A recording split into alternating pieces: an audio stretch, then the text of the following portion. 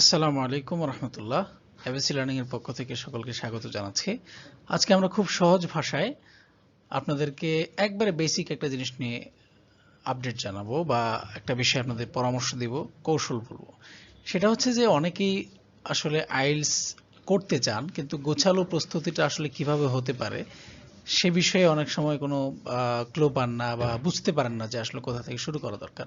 তাদের জন্য আমরা বলবো যে আইএলটিএস এর সহজ গোছানো প্রস্তুতির জন্য আমাদের মোটামুটি 3টা ধাপ আসলে অনুসরণ করা দরকার বা 3টা বিষয় একটু মাথায় রাখা দরকার।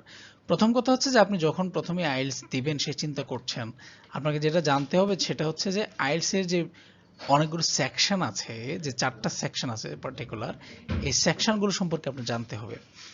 সেটা হচ্ছে লিসনিং, রিডিং, রাইটিং এবং স্পিকিং। এই 4টা সেকশন সম্পর্কে আপনাকে বিস্তারিত জানতে হবে। এই সেকশনগুলো কি, এখানে কেমন ধরনের কতটুকু সময় আপনি পাবেন, পাশাপাশি এই যে সেকশনগুলোতে প্রশ্নগুলো হয়, এই প্রশ্নের বিভিন্ন ধরন আছে, এই প্রশ্নের ধরনগুলো আপনাদেরকে জানতে হবে। না হলে আপনি, বিষয়টা হচ্ছে যে অনেকেই আছে আইএলটিএস এরকম হয় যে খুব ভালো ইংরেজি পারেন কিন্তু আইএলটিএস এর স্কোর ভালো হয় না। এর একটা অন্যতম কারণ হচ্ছে যে প্রশ্নের যে ধরন আছে সেই ধরনটা সম্পর্কে সে পরিচিত না, বা স্পিকিংও ভালো বা রাইটিংয়ে ভালো কিন্তু ভালো স্কোর করতে পারেন না। কিসের জন্য? শুধুমাত্র এই যে পরিচিতি না থাকার কারণে, আইএলটিএস এর যে সেকশনগুলোর সম্পর্কে ভালো ধারণা না থাকার কারণে তারা ভালো রেজাল্ট করতে পারেন না। দ্বিতীয়ত, আপনার উত্তর করার বিভিন্ন কৌশল এবং শর্টকাট সম্পর্কে জানতে হবে। কথা হচ্ছে আপনি তো অনেক কিছুই পারেন, বুঝেন, কিন্তু আপনি যখন একটা ধরেন, একটা উদাহরণস্বরূপ আপনি একটা আর্টিকেল পড়তে দিলে আপনি বুঝেন, পড়তে পারেন, কিন্তু কথা হচ্ছে আপনার আর্টিকেল পড়তে পারা, বুঝতে পারা এবং সেই রিডিং সেকশনে গিয়ে আপনি আইএলটিএস এর পরীক্ষায় উত্তর করাটা কিন্তু ভিন্ন জিনিস। আপনাকে এখানে কিছু কৌশল সম্পর্কে অবগত থাকতে হবে।